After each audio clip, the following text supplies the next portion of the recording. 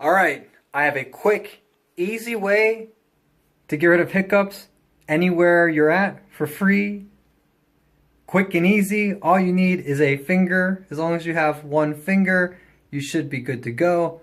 So pretty much all you do, like you're gonna shush somebody, take your finger, put it to your lips, like that, just like this, and hold your lips together close and breathe in tightly. So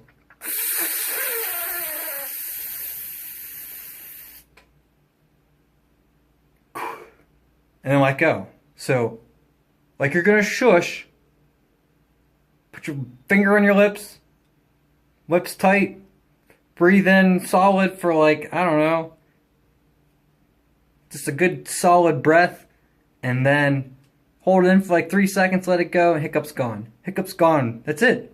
You're welcome.